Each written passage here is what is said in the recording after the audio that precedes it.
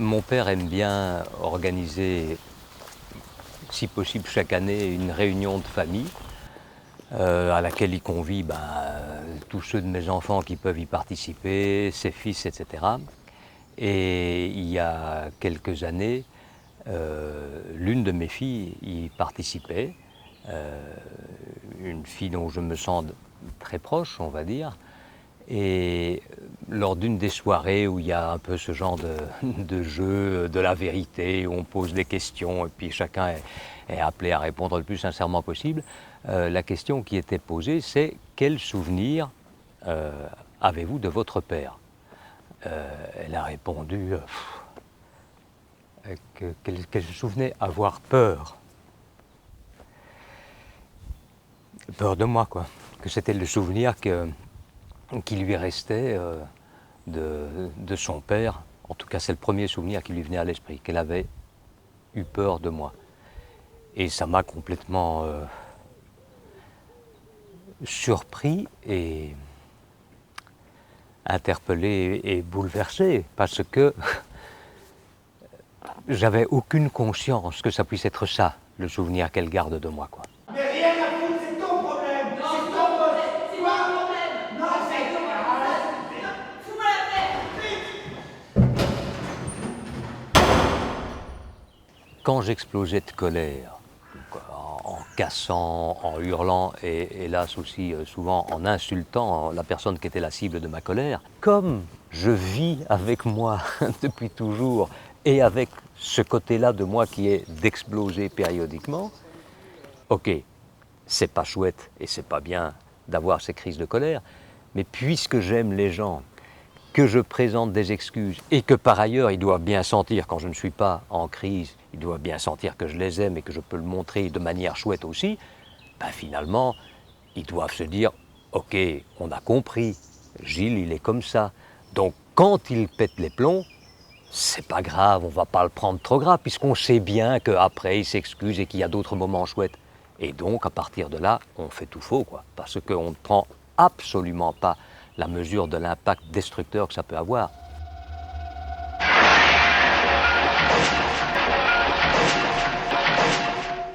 Comme on dit, ok, être colérique c'est pas bon, eh bien donc, et qu'on a a priori évidemment pas envie de ne pas être bien, et qu'on a envie malgré tout de plaire à ses parents, etc., on se dit non, moi je fais ce qu'il faut pour pas être colérique, et si je pique une crise de colère, en tout cas, non, ce n'est pas moi, quoi.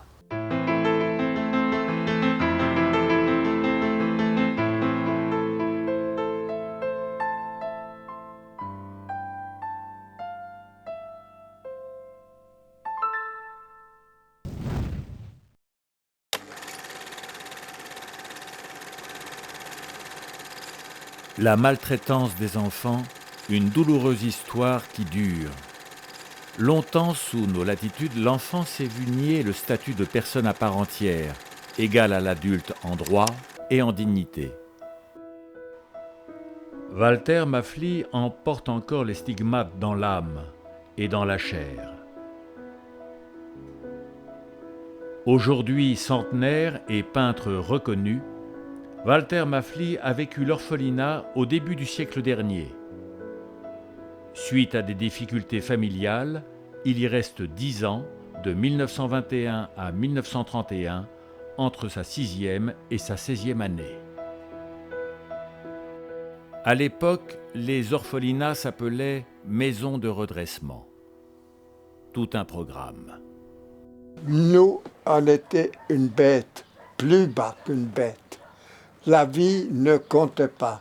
D'ailleurs, il y en a un qui est mort, mais on n'a pas dit qu'il était mort des coups qu'il a reçus. Il s'appelait Dreyer. Il est mort, oui, il avait 13 ans, 12 ans, comme ça. Mais c'est camouflé, on n'a rien dit. Il est mort, oui, il a eu la grippe. Oui. La Convention des droits de l'enfant est de 1989. La Suisse l'a ratifiée relativement tardivement en comparaison internationale en 1997. On a des motions parlementaires qui demandent la non-violence et l'interdiction, par exemple, d'une claque. Et on n'arrive pas à la faire passer. Donc il n'y a pas une volonté politique à vraiment respecter les droits des enfants. On n'est pas les premiers de classe. Et la Suisse vient de passer devant le Comité des droits de l'enfant qui a fait une 50aine de recommandations pour une meilleure application. Au niveau politique, sur le plan national, cette prise de conscience n'est pas présente. Je rappellerai simplement que la Convention des droits de l'enfant a été ratifiée avec une réserve à l'article 5 qui donne le droit aux parents de régler la situation avec les enfants. Une prise de conscience politique serait pourtant salutaire, autant pour le coût humain que représente la maltraitance des enfants que pour son coût économique. Quand je pense à l'enfant qui a été battu, qui a été victime par exemple aussi de violences psychiques, c'est un enfant qui sera moins bien intégré scolairement, qui dérapera éventuellement scolairement, qui engendrera des coûts d'accompagnement, éventuellement il faut accompagner les parents aussi, donc c'est des coûts d'aide psychologique qui seront là, à la charge de la communauté, à la charge des assurances éventuellement, mais surtout à la charge de la communauté. Selon des estimations internationales prudentes, un enfant sur 5 serait victime de mauvais traitements aujourd'hui. En Suisse, les cas de violences dénoncés révèlent que près de la moitié des victimes ont moins de 6 ans. Et sans doute n'est-ce que la partie émergée de l'iceberg. Il y a énormément de cas qui ne sont pas dénoncés, ni par le corps enseignant, ni par les responsables de la petite enfance, par crainte des pressions des parents. Donc ce n'est effectivement que le sommet de l'iceberg. Dès le moment où il y a une suspicion de maltraitance, les parents se ferment. Ils ne sont plus accessibles à l'entourage. Donc si vous voulez travailler avec les parents, vous êtes obligé d'avoir une autre approche et ne pas dénoncer l'enfant. Donc il y a cette volonté en fait d'approcher les parents sans les dénoncer pour protéger l'enfant, mais aussi pour protéger d'une certaine façon la famille. D'où la crainte que le nombre de cas est beaucoup plus important en fait de maltraitance que ceux que l'on connaît effectivement, qui sont des cas extrêmes qui arrivent à être, disons, accompagnés par les médecins. Ça suffit! Tu vas en ramasser une? Du plus loin que je me souvienne, j'ai été maltraitée par ma maman, physiquement et psychologiquement. C'est-à-dire que non seulement elle me tapait avec des ceintures en cuir, elle me lançait des objets lourds, des fois à la figure. Et puis, elle me faisait, par exemple, mettre à genoux, les bras en croix, puis devant elle pendant des heures. En matière de violence contre les enfants, chacun pense immédiatement aux violences physiques, au nombre desquelles les abus sexuels, et verbales. Il y en a d'autres cependant, moins spectaculaires, mais tout autant reconnues officiellement. Malheureusement, j'ai été aussi l'auteur d'une autre forme de maltraitance qui est la négligence. Alors là, évidemment, c'est encore plus crypté. Je veux dire, en tout cas, en ce qui me concerne, j'en avais encore moins conscience. Alors il se fait que j'ai eu comme compagne une femme pour laquelle je garde toute la tendresse du monde, mais qui adorait faire la fête. Moi, je trouve ça formidable, quoi. Et alors voilà, la maison, c'était la maison du bon Dieu, hein, c'était porte ouverte, et puis les gens venaient de toutes les cultures. C'est merveilleux, en soi c'est quelque chose de magnifique, ça, c'est pas un défaut du tout. Et moi j'ai été à fond là-dedans. Là où tout d'un coup ça devient plus problématique, c'est que si le goût de faire la fête fait que tout d'un coup et je parle pour moi, hein, votre fille qui doit aller à l'école le lendemain, quoi, elle est laissée un petit peu comme ça, à se débrouiller toute seule, parce que c'est la fête, alors on accueille les gens, puis c'est chouette, puis on boit, puis on danse, puis on met de la musique, et puis dis donc, ma petite fille, t'es encore debout, il est 10h30, va vite te brosser les dents, etc. Ben oui, d'accord, mais la petite fille, elle a 7 ans, 8 ans, elle a besoin quand même d'un cadre qui la structure un peu, hein. Je veux dire, va te brosser les dents, d'accord, mais va te brosser les dents, puis à 11h30, les dents ne sont pas brossées, forcément, puisqu'il y a plein de stimulation. Et voilà. Et ça se reproduit de semaine en semaine. Alors, il n'y a pas de méchanceté. On veut tout le bien du monde à la petite fille. On l'aime de tout son cœur. Mais on ne se rend pas compte qu'en accordant la priorité à son plaisir, à soi, à la fête, à l'accueil, etc., dans le fond, on ne tient pas du tout compte de ses besoins. J'aimerais que vous me récitiez. On est en vacances. Alors là, il y a plus d'horaire, très bien. Ah ben voilà, et on fume, et on boit. Et le lendemain, ça veut dire quoi? Ben, ça veut dire que le lendemain, je me lève à midi ou à 1h de l'après-midi. Ben oui, mais la petite fille, elle fait quoi pendant ce temps-là? Elle se débrouille toute seule, quoi. Elle se débrouille toute seule, elle se lève, ah ben, papa est en train de ronfler, alors ben, je me débrouille, je vais me faire mon petit déjeuner. Alors, le papa, il adore sa petite fille. Néanmoins, elle est quand même laissée à elle-même. Et ça, malheureusement, si je pense à ma fille en particulier qui a été la victime de ça, eh bien, alors même que je l'aime comme la chair de ma chair, ben, ce sont des choses que je ne lui ai pas offertes. Pas suffisamment en tout cas. Une présence qui la structure et qui lui donne confiance en elle. La négligence, c'est quand même le problème.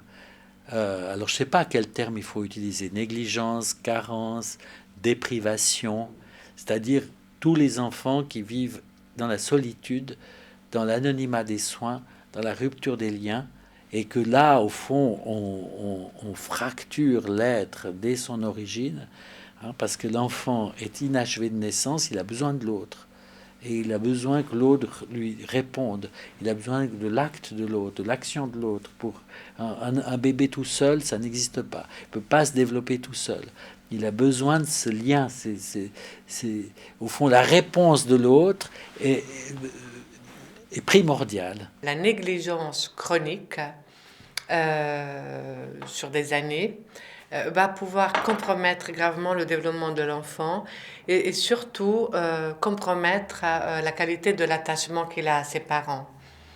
À savoir que nous, on peut bien se développer et on peut traverser les périodes difficiles de notre vie en tant qu'adulte si, en tant que petit, on n'a jamais douté du fait que nos parents nous aimaient et que on a toujours eu l'impression d'être aimé de façon inconditionnelle. Et lorsque, en tant qu'adulte, il va leur arriver des choses difficiles, comme à nous tous, ils vont pas pouvoir faire appel à cette expérience de la petite enfance où ils ont été bien traités et ils ne pourront pas se auto-apaiser. Ils auront toujours besoin de faire recours à l'autre, de trouver quelqu'un d'autre sur lequel s'appuyer pour pouvoir dépasser ces épreuves.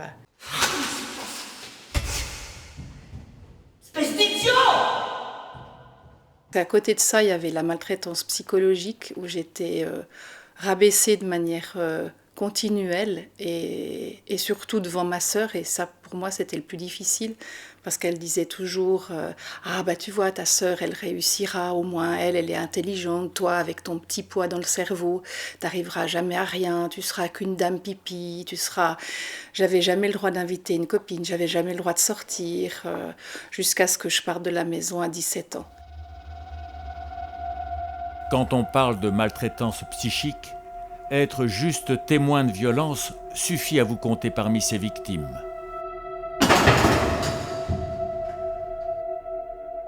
Lorsque j'avais 8 ans, un jour en rentrant d'école, avec mon frère, on a trouvé mon père à genoux sur ma mère en train de la rouer de coups. Mon frère l'a attrapé, l'a dégagé de ma mère. Et j'ai attrapé la poêle à frire sur la table de la cuisine et je l'ai frappé avec à la tête. Imaginez-vous un enfant de 5 ou 6 ans qui voit le matin au réveil sa mère battue, sa mère saignée et ensuite qui part à l'école. Est-ce qu'il sera dans un état d'esprit suffisamment bien, disponible à apprendre ce qu'on veut bien lui inculquer? Non. Quand j'explosais de colère, en cassant, en hurlant, et hélas aussi souvent en insultant la personne qui était la cible de ma colère, je pouvais me rendre compte que ce comportement-là était excessif, d'où le fait que, en tout cas dans mes souvenirs, je pense réellement que j'ai souvent présenté mes excuses à ceux ou celles qui étaient la cible directe de ma colère. C'était souvent d'ailleurs le cas de la maman de mes enfants. Mais je ne prenais pas la mesure de la gravité que ça pouvait représenter pour ceux qui avaient été témoins, pas la cible, mais témoins de la crise de colère. Donc là, en l'occurrence, mes enfants, si je m'énervais contre leur maman. Et donc, je ne présentais pas des excuses pour ce qui s'était passé aux témoins de la scène. Et, bizarrement, si effectivement je me rendais compte que ces comportements n'étaient pas adéquats, mais comme je vis avec moi depuis toujours et avec ce côté-là de moi qui est d'exploser périodiquement, eh bien, je ne prenais là non plus pas suffisamment la mesure de l'excès que ça représentait. Il y a la violence physique, en effet, qui est bien identifiée. Les négligences sont aussi bien identifiées. Les violences sexuelles, donc les actes sexuels sous contrainte ou avec des différences d'âge énormes sont bien clairs. Puis restent ces violences un peu moins perceptibles qui sont la violence psychologique et la violence verbale, qui ça par exemple sont beaucoup décrits par certains enfants dans la classe, quand tout d'un coup un enseignant par exemple prend un enfant en grippe, ou quand un groupe classe prend un enfant au bouc émissaire, et où ça c'est des violences moins perceptibles et qui sont vraiment faites de dénigrement, de prédictions catastrophiques, et qui ont souvent un impact énorme sur l'enfant parce qu'il ne peut pas prouver ce qu'il vit, il n'y a pas de trace de coup, mais il vit des souffrances majeures, un isolement extrêmement important. Papa? Papa? Papa? Quoi? Est-ce que je peux avoir un petit peu d'argent de poche? Pourquoi faire? Mais mes copines se moquent de moi pour acheter des choses. Non, c'est pas de ton âge. Mais s'il te plaît, mes copines se moquent de moi et disent que je suis pauvre. C'est pas mon problème, hein? Enfin, une dernière forme de maltraitance envers les enfants vient compléter les précédentes. Écoute, je suis occupé là, c'est bon, hein?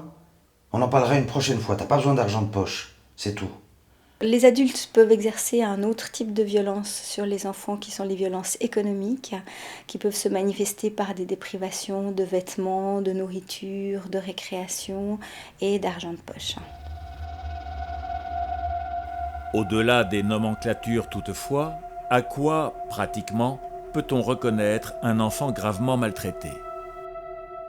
C'est des enfants qui, par exemple, avaient une vie sociale chouette et qui, tout d'un coup, vont s'isoler socialement, vont plus voir leurs copains, vont systématiquement refuser d'aller chez quelqu'un chez qui ils aimaient bien aller, vont se mettre à manger plus ou à plus manger, vont présenter des troubles du sommeil, vont se négliger au niveau physique et du jour au lendemain mettre n'importe quel habit, veulent plus se laver, ne se brossent plus les dents, s'arrachent les cheveux. Là, on peut dire avec certitude que l'enfant subit ou vit des maltraitances et puis que c'est vraiment important de le prendre en considération. Bien sûr, pour diagnostiquer une maltraitance, un acte isolé ou épisodique ne suffit pas. Il faut qu'il y ait une répétition chronique de la violence. Là où cela se complique pour les enfants victimes, c'est que leurs bourreaux appartiennent au cercle familial proche dans 80% des cas. Le plus souvent, il s'agit d'un ou des deux parents.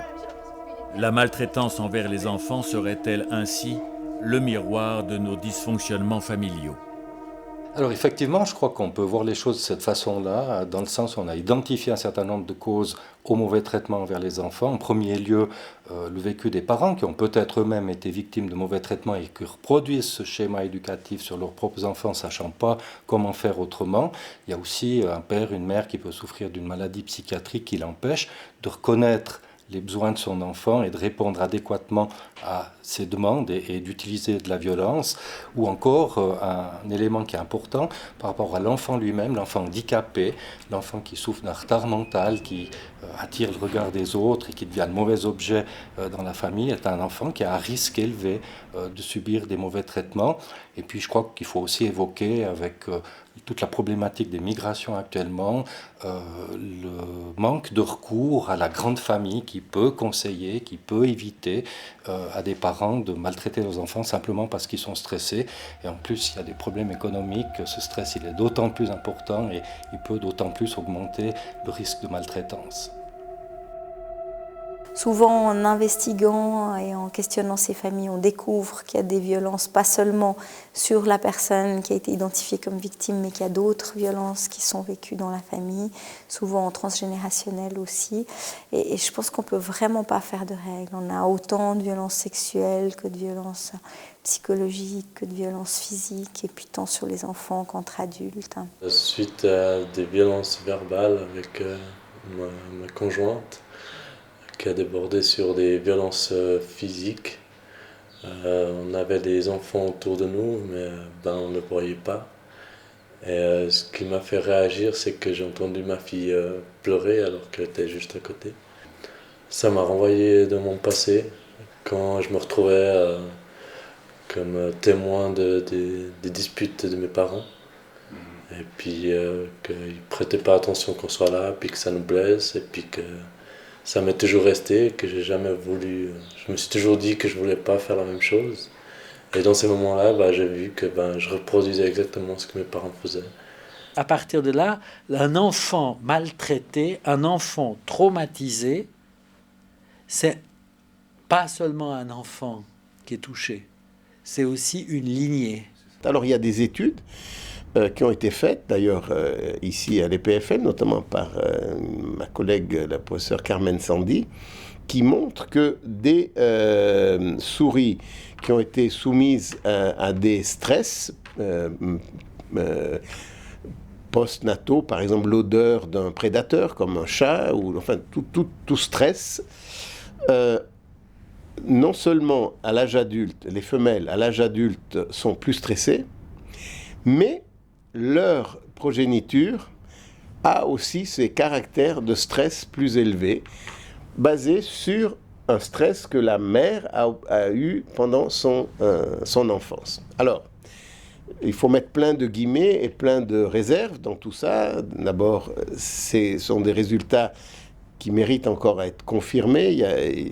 Mais disons, il y a quelques évidences qu'une expérience qui cause un changement épigénétique dans une génération pourrait transmettre ces changements épigénétiques à la génération suivante. L'enfant se construit sa vision du monde à partir de ce qu'il voit dans la famille. Alors moi j'ai une fillette qui me disait un jour, j'ai jamais compris que ce que je vivais à la maison n'était pas normal, parce que quand on était à l'extérieur, mes parents étaient tout gentils, comme les autres parents, donc j'ai construit dans ma tête l'idée que dans toutes les familles, c'était horrible quand il n'y avait personne, et puis que c'était chouette quand il y avait du monde. Je raconte souvent l'histoire d'une jeune mère que j'ai connue il y a quelques années, qui avait été victime pendant toute son enfance de mauvais traitements de la part de ses parents, et qui m'a dit je sais bien, docteur, qu'il ne faut pas battre ses enfants, mais vous savez, je ne sais pas comment est-ce qu'on peut faire autrement.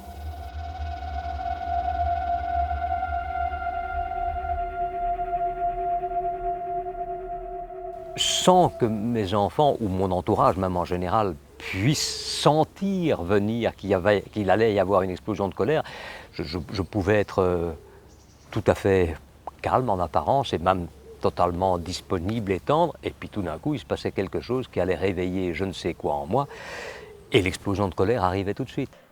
Pour vivre avec nos blessures, il faut savoir de quoi elles sont faites, elles sont composées, et puis savoir qu'est-ce qu'on peut faire avec ces blessures-là et être conscient finalement que lorsque je suis en interaction avec ma femme ou avec mon mari, eh bien, parfois, la chose qu'il va me dire ou la chose qu'il va faire, ça va venir toucher cette blessure-là chez moi. Et à ce moment-là, je vais pouvoir, à l'intérieur de moi, faire ce lien et lui répondre d'une façon différente. J'avais de la colère contre moi d'avoir échoué. Je me sentais mal, je me sentais pas un bon père, pas un bon mari. Et ça m'a fait perdre beaucoup de confiance en moi. Lorsqu'on fait un enfant, on arrive avec dans nos valises notre vécu. Alors en général, ces familles maltraitantes, les parents arrivent avec un vécu de maltraitance. Et sont convaincus qu'eux font beaucoup mieux que leurs parents. Et lorsque les sociaux ou bien les psys viennent gratouiller, ils sont très fâchés parce qu'ils se disent « Mais comment tu oses, toi, juger moi, alors que moi, personne ne m'a protégée, que moi, je fais beaucoup mieux que mes parents ?» Donc, c'est pour ça qu'il faut faire attention. Il faut vraiment, réellement s'intéresser à eux, à leur souffrance d'enfant, alors ensuite à leur sentiment d'impuissance, d'avoir raté quelque chose avec leur enfant. Ensuite, faire des liens entre leur vécu d'avant, de quand ils étaient petits, avec leur vécu de parents. Mais ça prend beaucoup, beaucoup de temps. Mais si on les confronte de face, c'est fichu. Beaucoup de choses qui nous entravent et qui, dans notre comportement, et qui ont des conséquences redoutables sur les gens qui nous entourent, viennent de part de soi qu'on ne veut pas accepter, même pour de très bonnes raisons. Je veux dire ok, mais moi j'ai pas envie d'être colérique. A priori, bien sûr, c'est bien de ne pas avoir envie, mais ce n'est pas la même chose. Là où je trouve la confusion, c'est se dire, ok, une crise de colère, c'est pas bon, donc je ne suis pas colérique. Non, la confusion, elle est là. C'est que oui, vous êtes colérique, et parce que vous en avez pleinement conscience, vous faites le nécessaire pour ne pas faire subir les effets de votre tempérament colérique aux autres. C'est pas la même chose. Je pense, enfin, il n'y a rien de nouveau sous le soleil. Socrate disait « Connais-toi toi-même, j'en suis convaincu ». Je pense qu'il est indispensable de faire le nécessaire pour se connaître de mieux en mieux, y compris dans ses aspects les moins présentables et ceux qu'on n'aime pas, mais sans se juger. On dit, ça fait partie de vous. Si on sait, par exemple, qu'on porte une part de violence en soi et que cette part de violence peut être importante, eh bien, paradoxalement, mais je ne parle de nouveau que pour moi, à partir du moment où on ne lutte plus contre le fait qu'on a cette violence en soi, eh bien, avec beaucoup moins d'efforts, on ne se met plus, ou beaucoup moins, dans des situations où cette violence peut exploser, parce qu'on sait qu'on l'a en soi. On ne peut pas identifier le profil d'une personne violente ou abuseuse, ou en tout cas on n'a pas encore découvert les clés. Par contre, il y a des facteurs contextuels qui sont favorisants, qui peuvent être l'histoire de la personne, le contexte socio-économique, les stress professionnels ou l'isolement social. La violence nous concerne tous. Nous sommes tous à risque, une fois dans notre existence, d'exercer des violences. Ça peut être des personnes de tout âge, évidemment de sexe féminin ou masculin, des personnes de toute couche sociale. On ne peut pas approcher les questions de la maltraitance en pensant bourreau et victime. C'est une lecture complètement réductrice. Trop réducteur et particulièrement lourd à gérer pour les enfants, victimes de leurs parents. Pour certaines victimes, le fait de remettre en question ses propres parents est insupportable. Parce qu'ils ont besoin de pouvoir s'inscrire dans une filiation. Et alors, pour pouvoir régler leur conflit interne entre « j'ai un papa, mais c'est insupportable de penser que celui qui aurait dû me protéger m'a fait du mal », ils vont, par mécanisme de défense, mettre cette personne sur un piédestal et gommer tous les aspects beaucoup plus déplaisants. On appelle ça identification à l'agresseur. Du fait qu'il y a un lien de dépendance, un enfant aura beaucoup moins de latitude pour parler parce qu'il se rend compte qu'il n'est pas autonome et que s'il parle, il ne sait pas où il va gicler.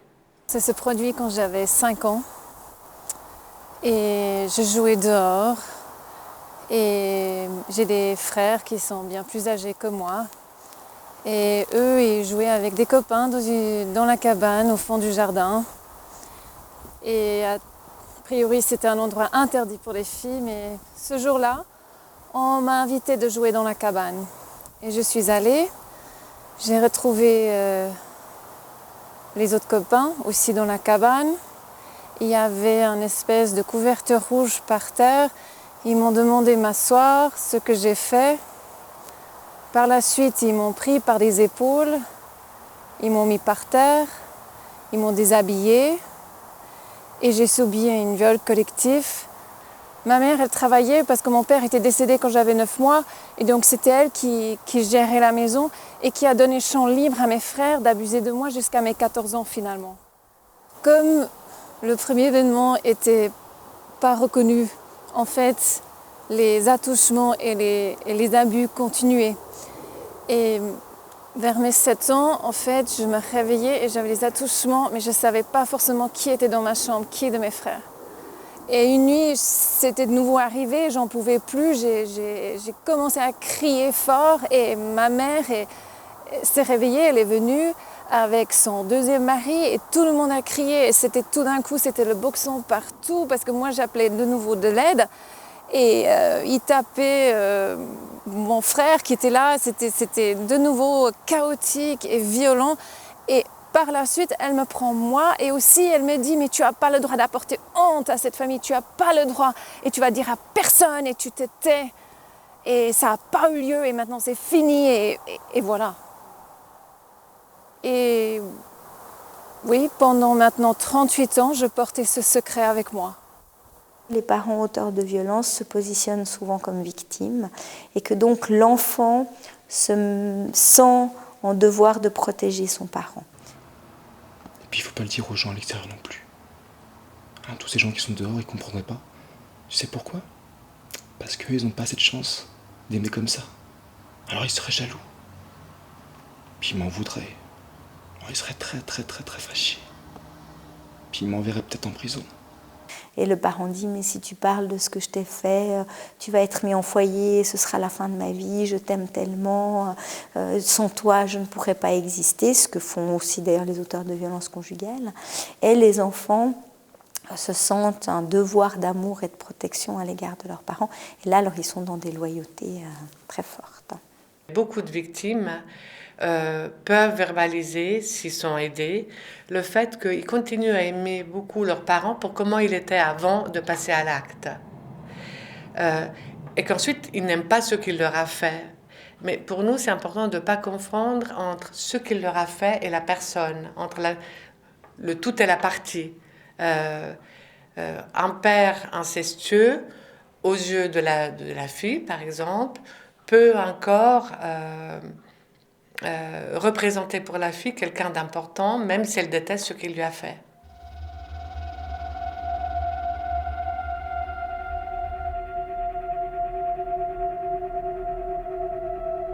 Personne, sauf rarissimes sadiques, les sadiques, les graves sadiques, ont du plaisir à maltraiter leur enfant.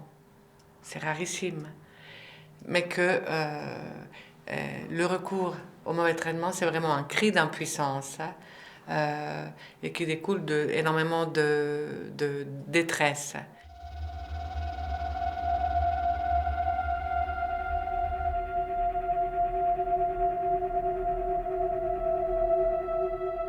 En général, un parent maltraitant est un parent qui n'a pas réglé ses propres problèmes avec sa famille d'origine, et notamment avec sa propre maltraitance, avec la maltraitance subie. J'ai subi des violences moi-même dans la mesure où j'ai été abandonné quand j'étais bébé, que j'ai passé, de nouveau j'ai été abandonné. Alors après, ça ne veut pas dire que mes propres parents étaient des salauds. Non, ils ne l'étaient pas. Ils étaient eux-mêmes dans des situations très particulières qui ont fait qu'on peut comprendre que ça se soit passé comme ça et pas autrement. Mais évidemment, pour le bébé qui est abandonné à 6 mois, il n'a aucun moyen de comprendre quoi que ce soit. Il se sent juste abandonné, point barre. Donc oui, j'ai subi, on va dire, des violences dans la mesure où j'ai été abandonné quand j'étais bébé. Je suis resté 2 ans et demi à l'orphelinat. Après, j'ai été adopté par des gens qui m'ont, bien sûr, j'en suis convaincu aujourd'hui, aimé du mieux qu'ils le pouvaient, mais qui portaient eux-mêmes des traumatismes, ce qui fait que, voilà... Et j'ai aussi été abusé sexuellement par des gens qui normalement auraient dû avoir la charge de prendre soin de moi quand j'étais en internat, quoi. Voilà, donc oui, j'ai subi quelques violences moi-même, quoi. Bien sûr que c'est absolument indispensable de s'occuper aussi des auteurs de maltraitance, pour plusieurs raisons. La première, c'est que les victimes iront mieux s'il y a une reconnaissance par les auteurs de la maltraitance, et donc ils vont moins reproduire les schémas de maltraitance par la suite. Donc, les autres raisons, c'est que ça évitera la transmission transgénérationnelle de modalités de relations maltraitantes. Oublie jamais que c'est moi qui détiens le pouvoir, tu comprends? Ce qui se passe, c'est que ça se joue. Enfin, il y a une distorsion du type d'amour qui va être attendu par la personne maltraitée. C'est-à-dire que quand on est maltraité, on reçoit pas un amour inconditionnel de la part de ses parents et on va attendre un amour inconditionnel de ses enfants. Donc on va attendre que ses propres enfants acceptent tout de soi, avec une sorte de déni de ce qu'on pourrait faire mal, puisqu'on ne les voit pas comme nos enfants, mais on les voit comme des parents qui devraient tout accepter de soi. Et c'est comme ça qu'on devient maltraitant. Même si 2/3 des enfants victimes ne deviennent pas bourreaux une fois adultes, quand on se découvre maltraitant potentiel ou avéré, existe-t-il des endroits où chercher de l'aide en Suisse sans risque de se voir automatiquement inculpé ou retirer la garde de ses enfants? Vous êtes monsieur? Pachou. Chaque parent concerné par cette problématique peut faire appel au service de protection de la jeunesse de son canton qui pourra lui offrir de l'aide et répondre à ses questions. Alors nos assistants sociaux ont déjà rencontré la personne concernée, l'enfant aussi concerné lorsque celui-ci peut être entendu et évaluer donc justement la situation et voir quel type d'aide la famille a besoin. Suivant le type d'aide nécessaire, on va pouvoir orienter sur un accompagnement en milieu éducatif, à domicile peut-être, pour pouvoir permettre aux parents de pouvoir répondre le plus adéquatement possible à des sollicitations du mineur concerné et éviter des passages à l'acte lorsque des situations sont trop explosives. Bien sûr, regarder quel est le degré de maltraitance qu'il y a eu, si maltraitance il y a déjà eu, pour pouvoir regarder la gravité et voir si nous allons dénoncer pénalement la personne. Si tel est le cas, nous allons bien sûr spécifier auprès de l'autorité concernée que la personne est demandeuse, a fait appel elle-même pour pouvoir demander de l'aide et il en sera bien sûr tenu compte dans les dispositions que prendront les autorités judiciaires en la matière. Mais dans la plupart des cas, nous arriverons à accompagner le parent en lui offrant une aide, évitant justement soit le placement de ses enfants, mais de l'aider au quotidien pour pouvoir assumer les difficultés, surmonter les difficultés qu'il rencontre. Et 147, bonjour. Il y a aussi bien sûr le 147 qui est disponible 24 heures sur 24 et qui pourra orienter la personne, déjà l'entendre, mais orienter aussi la personne pour l'accompagner en tout cas dans la prise de conscience de la problématique qu'il rencontre. En Suisse romande, une autre structure, l'association DINO, offre un appui à un public largement et parfois hâtivement diabolisé. C'est un espace de prévention auquel peuvent s'adresser les personnes qui ressentent une attirance sexuelle ou des fantasmes sexuels à l'égard d'enfants, mais qui ne sont jamais passés à l'acte d'abus sexuel sur enfants. Là, on offre vraiment une porte d'entrée pour trouver une aide avant qu'un abus soit commis. Et c'est un avantage, évidemment, côté victime, côté enfant, protection de l'enfant, mais c'est aussi un avantage côté demandeur d'aide. Parce que c'est des personnes qui, la plupart du temps, souffrent, qui sont dans des situations pénibles, qui ne savent pas à qui en parler. Et du coup, on vient essayer d'aider un public cible qui était ignoré jusqu'à présent. Dans le canton de Vaud, VIFA, un service de la Fondation Jeunesse et Famille, développe une stratégie de prévention axée sur la prise de conscience et la responsabilisation. Souvent, la souffrance, c'est ce qui est le déclencheur des violences. Et souvent, les personnes auteurs de violences n'ont pas conscience de ce mécanisme-là. C'est-à-dire qu'elles vont se sentir agressées, blessées, maltraitées par l'autre. Et ça va déclencher des violences de leur part. Ah bon? Tu autorises ça? Je t'emmerde, ok? Je t'emmerde, voilà! Je t'emmerde! Dégage!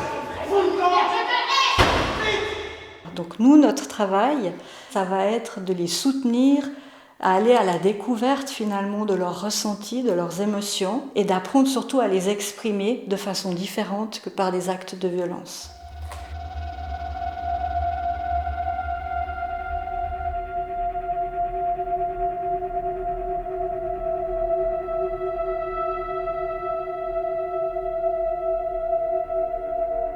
En fait, souvent, ce qu'on va faire, c'est déjà en accueillant leur propre souffrance, on va leur montrer finalement le bien-être que ça procure que d'être empathique face à soi-même, que d'entendre finalement, de reconnaître, d'accueillir ses propres souffrances. Et ça va les aider par la suite à pouvoir être également empathiques par rapport à l'autre. Ils vont y penser et ça permet finalement de les aider à ne plus réexercer d'actes de violence. À un moment donné, on doit prendre en charge son propre passé et essayer de mettre son énergie à l'apprivoiser et à l'apaiser. Sinon, on va sans arrêt reproduire de génération en génération la maltraitance. Si à un moment donné, on ne prend pas la responsabilité de ce qu'on fait de la maltraitance dont on a été victime. C'est la phrase de Jean-Paul Sartre qui, moi, m'interpelle et m'accompagne, qui est « On n'est pas responsable de ce qu'on nous a fait, mais nous sommes responsables de ce que nous en faisons ». Ok, on a été victime de maltraitance, c'est regrettable, ça peut permettre de comprendre pourquoi certains processus malheureux se mettent en place, mais à un moment donné, il faut prendre sur soi de dire ok, maintenant, ça suffit. Il faut que j'apaise ça. Je ne peux pas juste reproduire ça sans arrêt. Non, les gens autour de vous n'ont pas à être pris en otage de votre passé, si douloureux soit-il, quoi.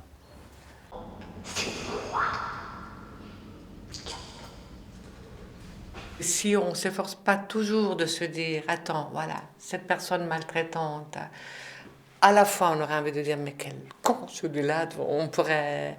Mais c'est très grave et c'est dangereux de se faire ce genre... C'est bien humain, mais c'est dangereux. Et toujours formaliser la violence comme l'expression d'une détresse cachée qu'il s'agit d'aller reconnaître. C'est clair que ces personnes font tout pour la camoufler et il faut être très très patient pour aller décortiquer, aller reconnaître où est leur souffrance pour pouvoir la nommer et ensuite faire en sorte qu'ils puissent se relâcher puis effectivement ensuite pouvoir commencer à s'occuper à leur enfant. Tu me dégoûtes, tu me fais tellement penser à lui. D'ailleurs tu lui ressembles, c'est absolument écœurant. Une chose est certaine, c'est qu'avec les phénomènes de maltraitance, on peut strictement rien faire si on travaille seul. C'est l'échec assuré. Et l'autre chose qui est courante, c'est que quand on s'occupe de ce genre de famille, très très souvent, c'est des familles qui sont complètement clivées, où une personne dit blanc, l'autre dit noir, et qui exportent le conflit à l'extérieur, sur le réseau. Ouais, il est génial, papa. Bah oui, c'est facile, hein. Une fois tous les 10 du mois, c'est facile d'être disponible.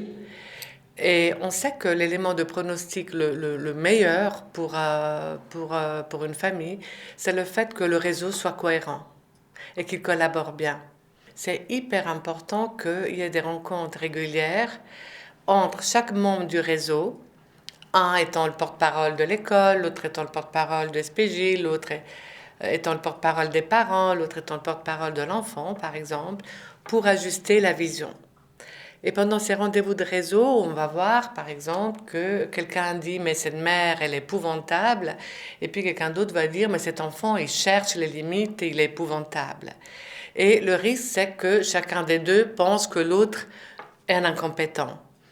Et c'est important de pouvoir sortir de ce réseau avec quelque chose de l'ordre opérationnel, savoir qui va faire quoi, quels sont les objectifs, et rebilan un mois après, ou six semaines après, ou 2 mois après, si les situations sont moins graves. Voilà. Pascale Forny travaille comme psychologue au Boréal, une unité de traitement de la maltraitance qu'elle a créée en 2010 avec la doctoresse Alessandra Duc-Marwood au sein du CHUV, le centre hospitalier universitaire vaudois, à Lausanne. Ici, l'approche est pionnière. Le dernier type de prise en charge qu'on a développé et qui est très typique des Boréales et qui pour l'instant n'existe pas ailleurs, c'est ce qu'on appelle la trichothérapie. Je reviens sur comment votre fille vous racontait que ça se passait avec son papa. Quand je suis allée la chercher,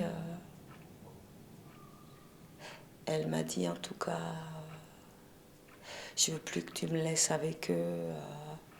Ils me tenaient même pas la main, ils m'enfermaient toute la journée dans la chambre. Et puis cet été, il y a eu un problème. Oui, il y a eu qu'elle a raconté les choses ou de retour de vacances ou avec ma... Où est-ce qu'elle a raconté au retour de vacances? Ouais. Bah non, qu'elle a dit que je ne m'étais pas occupé d'elle comme il faut, que la petite, elle avait dit que c'était pas... qu'elle avait passé de mauvaises vacances, des choses comme ça, mais tout ça après, c'est nouveau, c'est des choses qu'elle met dans la tête de la petite. Et la petite, elle raconte, c'est pas compliqué de faire mettre des choses dans la tête d'un enfant de 7 ans, c'est pas compliqué. Quand on a des parents séparés qui font énormément souffrir leurs enfants, alors soit dans un syndrome d'aliénation parentale, soit dans des guerres énormes où chaque fois qu'un enfant évoque quelque chose qui ne va pas chez l'autre parent, tout le monde va au tribunal pour accuser l'autre parent. En fait, on nomme un thérapeute pour chaque parent, et plutôt que de mettre les enfants comme tiers qui relatent la violence de ce qui se passe, il y a un troisième thérapeute qui va être pris au boréal et qui ira assister aux séances chez le père et chez la mère en se mettant dans la position de l'enfant et qui restituera ce qui, selon lui, est très compliqué dans les deux settings quand il doit participer aux deux. Et ça, c'est quelque chose d'extrêmement puissant parce que ça permet au couple de réaliser progressivement l'impact que la violence qu'ils exercent sur l'autre conjoint a sur l'enfant grâce à ce que le troisième thérapeute peut dire. À côté des différents moyens mis en œuvre pour secourir les victimes de maltraitance, des pistes existent donc pour aider les maltraitants eux-mêmes à ne plus passer à l'acte. Néanmoins, le nombre de cas de violence contre des enfants recensés par les hôpitaux pédiatriques suisses ne cesse d'augmenter. Alors, quels que soient les efforts entrepris, la maltraitance des enfants serait-elle une fatalité? Non, ce n'est pas une fatalité, à condition qu'on puisse aider les gens à s'en sortir. Quand on subit ces actes de violence, on a besoin d'être soutenu, écouté, on a besoin de comprendre que ce n'est pas notre faute. Et rester dans le silence, c'est peut-être la chose la plus dangereuse. Je crois que si les chiffres concernant la maltraitance augmentent, ce n'est pas parce que la maltraitance elle-même augmente, c'est parce qu'elle est mieux détectée. Je crois que les professionnels sont plus sensibilisés à cette problématique et c'est la détection qui se fait de façon meilleure que par le passé. On a même, et on peut le voir de façon un petit peu optimiste, des signes qui montrent que dans certains types de mauvais traitements, les chiffres sont en diminution. Non, je pense que c'est vraiment pas une fatalité. Je pense qu'on peut vraiment œuvrer pour une société où il y aura plus de respect, mais aussi plus de moyens pour guider et élever sans violence, pour interagir sans violence, mais sans que ça devienne non plus trop pseudo ou trop, je dirais, un abandon de ses responsabilités, de contenir quand même un peu le parcours de l'enfant vers l'âge adulte. Je pense réellement qu'on ne peut pas réécrire l'histoire, mais au moins, si un processus réparateur peut être enclenché, et je l'espère de tout cœur pour les enfants qui sont victimes de ça, je pense que ça inclut aussi que ceux qui leur ont fait du mal puissent leur dire « oui, je reconnais que je vous ai fait du mal et je reconnais l'ampleur que ça peut représenter pour vous. » Alors voilà pourquoi j'ai envie de témoigner ainsi. Tout ce que j'espère de pouvoir faire, c'est de les pardonner. Arriver à ce stade-là. Et ça, c'est mon objectif aujourd'hui. Je pense qu'on maltraite quand on a une carence d'amour et que tout ce qu'on peut faire pour essayer de permettre aux victimes et aux auteurs de se sentir aimés et ensuite de pouvoir redonner cet amour est probablement un acte qui fait de la bonne prévention dans la société.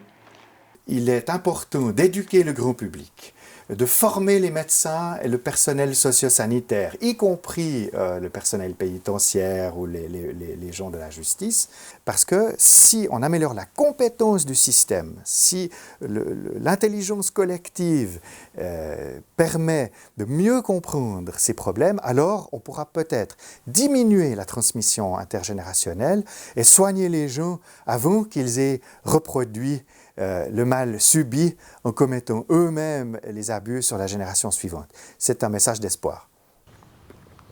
Même si des histoires s'écrivent de façon difficile et douloureuse, malgré tout, on peut toujours en faire quelque chose de mieux.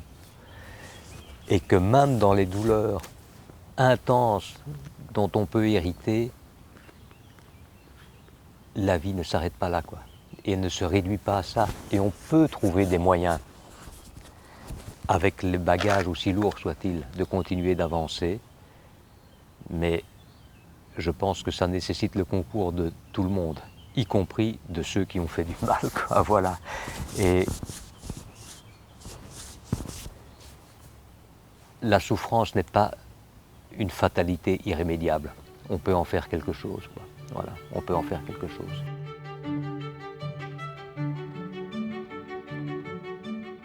Et mes enfants dans tout ça. 2 filles magnifiques que j'aime plus que tout. Aujourd'hui encore, je ressens leur angoisse du passé. Papa, je t'en supplie, ne t'énerve pas. Cette phrase résonne dans ma tête à m'en faire mal. La cellule familiale devrait être un sanctuaire où les personnes qu'on aime se sentent en sécurité pour se développer, se construire. Et la récompense, c'est le plaisir d'être ensemble, d'avoir cette relation privilégiée avec ces êtres uniques. Aujourd'hui, nous avons trouvé une paix mentale, émotionnelle, une vraie force pour se reconstruire car nos plus belles années ne sont pas derrière nous, mais sont celles qui nous restent à vivre.